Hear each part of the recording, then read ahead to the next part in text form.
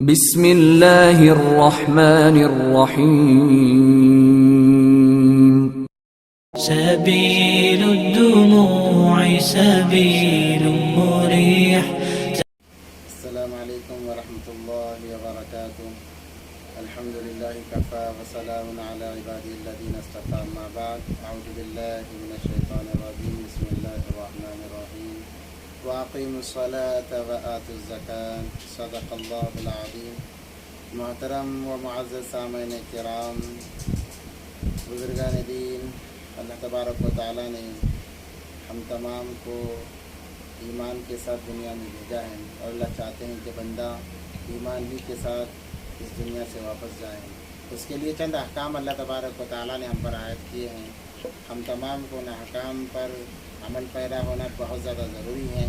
جیسے نماز ہے، اسی طریقے سے 5 ارکان نبی پاک صلی اللہ علیہ وسلم نے فرمایا: بنی الاسلام علی 5: الشہادۃ ان لا الہ الا اللہ واشہد ان محمدا عبدہ ورسولہ واقام الصلاۃ وایتاء الزکاۃ. جو زکوٰۃ کا اس کے اندر نمبر آتا ہے، بہت ہی اہم مضمون ہے. اللہ تبارک و تعالیٰ نے جہاں پر نماز کو لیا ہے قرآن پاک کے اندر، بات کو مکمل کرنے کے لیے اللہ تبارک و تعالیٰ نے زکوٰۃ کے ساتھ اسی کو جوڑ دیا ہے. اسی ہر جگہ بھی آپ جہاں پر بھی نماز کا تذکرہ دیکھو گے، وہاں پر اللہ تبارک و تعالیٰ نے زکوٰۃ کا تذکرہ کیا ہے. اب زکوٰۃ کیا ہے؟